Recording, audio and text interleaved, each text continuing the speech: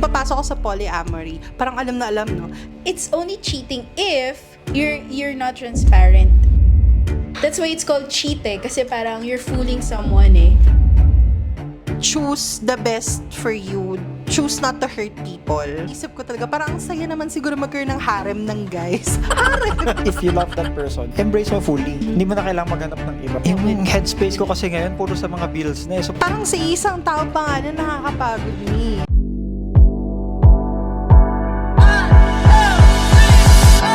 So, next question naman tayo. So, why do people cheat? So, isa to sa mga spicy question. Hazel. The real reason why people cheat and it's not what you think. Why? Okay, why do you cheat, Hazel? Charot. Dudu bear. Yes, sige, sa insights nyo, why do you think, what is the main reason why people cheat? Naniniwala kasi ako na root cause niyan yung childhood trauma mo. Kasi 'di ba, bilang father, 'di ba, sabi nga dun sa formative years nung bata. Okay. Dun mo kasi bilang parent, gusto mo kasing iparamdam sa kanila yung security, yung love, yung protection. Tapos pag yung isang bata, hindi niya yung nakukuha fully, may tendency na sa adulthood niya, doon niya hinahanap. Ngayon, hindi siya excuse na sabihin na natin na hindi ka minahal ng magulang mo, mag-cheat ka na. Hindi yun ganon. Pero it's really rooted somewhere deep in a person na it could be during the formative years, hindi lang talaga siya nabigyan nung sapat na pagmamahal, yung tamang klase ng pagmamahal sa bahay. So, ngayong na-develop na siya as an adult or even sa adolescence, parang nawawala yung sense ng importance niya sa sarili niya. Same goes yung worth na hinahanap niya dun sa mga partners. Pero kayo, what do you think? Ikaw, bakit? Ako, may iba akong dyan theory So yeah, I do agree rin na may mga din siya, parang Freudian na explanation, yung mga trauma mo with your childhood experience. Pero ako, ang tingin ko dyan is yung fantasies. Siguro rin ako, psychological explanation about it. So, when we think of romantic love, parang we know, when we define it, parang isang bagay that inspires you or stimulates you, di ba? Tapos, usually, mas intense yung feeling of love when it is like in danger o parang Me against the world? yes, oo. Mas lalong lumalaki yung desire mo to be with that person. And I feel like ngayon na when people are in a marriage, and we know, like in marriage kasi, at least, maybe you could say some insights on this, na yung love kasi hindi siya always like honeymoon phase Exactly. And there's a point that dadating ka dun sa parang you'll find the relationship stale, tapos maghahanap ka ng affection elsewhere. And so yung fantasy na yun, na you are having this affair with another person, it kind of like stimulates you somehow. That's why parang lumalaki yung desire mo like the same way na parang sasabihin ng mga cognitive behaviorists na when I tell you don't think of a carrot, ang una mong naiisip carrot. Parang ganun din siya sa relationship na parang hindi ako mag-cheat. Pero there's this girl na parang invites you to cheat. Parang iisipin mo siya ng iisipin, it would grow on you So I feel like there's that fantasy na nabubuo sa'yo.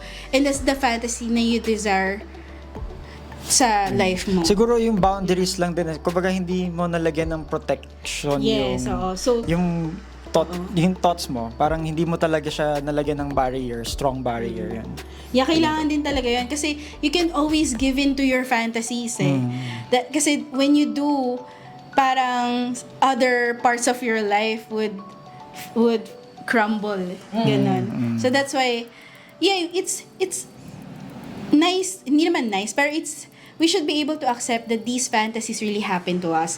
It's our ability to parang act on it or to stop us from really pursuing that.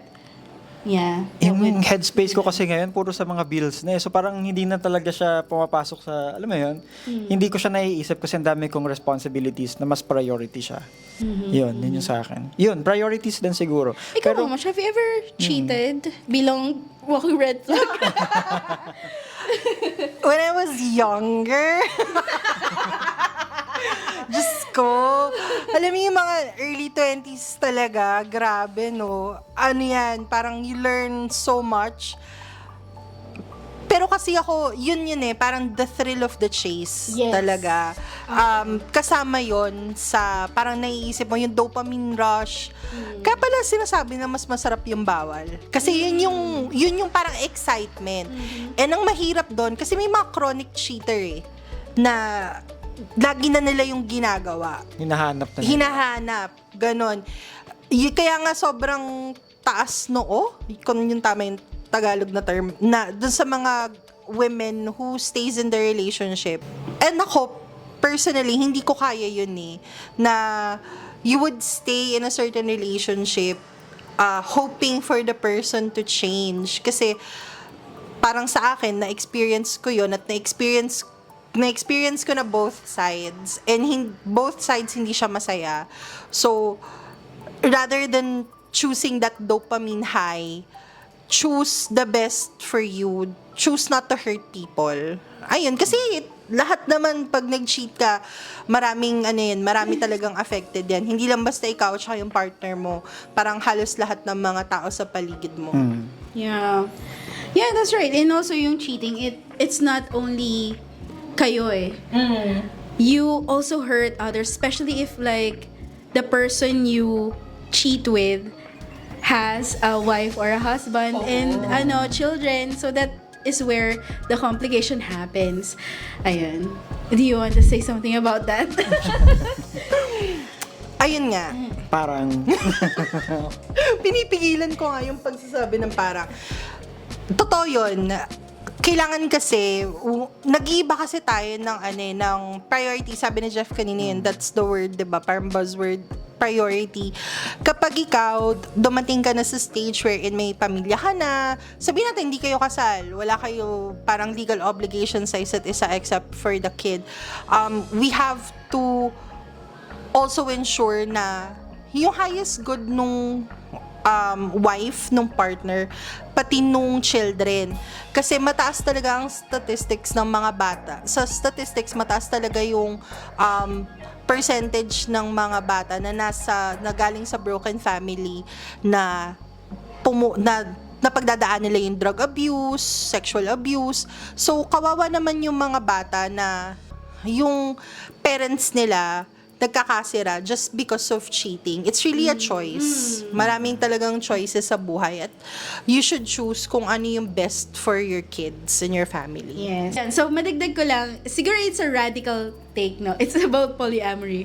Oh, okay, so, I've heard of this story ng queer couple siya, tas parang, they advocate for polyamory. Mainly kasi parang dating. Ano ba yun? Yung polyamory. Define. Ayun, it's being able to love or to have multiple partners. Yan. To love multiple partners. Hindi lang isa. Kasi the traditional is to just have one, di ba? And you stay loyal to that. So parang open relationship. Oo, open relationship.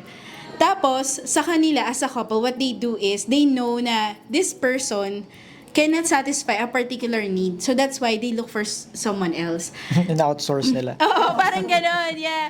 Pero the good thing about the relationship is they really talk about it and they accept na, in a relationship, parang people can disappoint you or parang could not meet your expectations.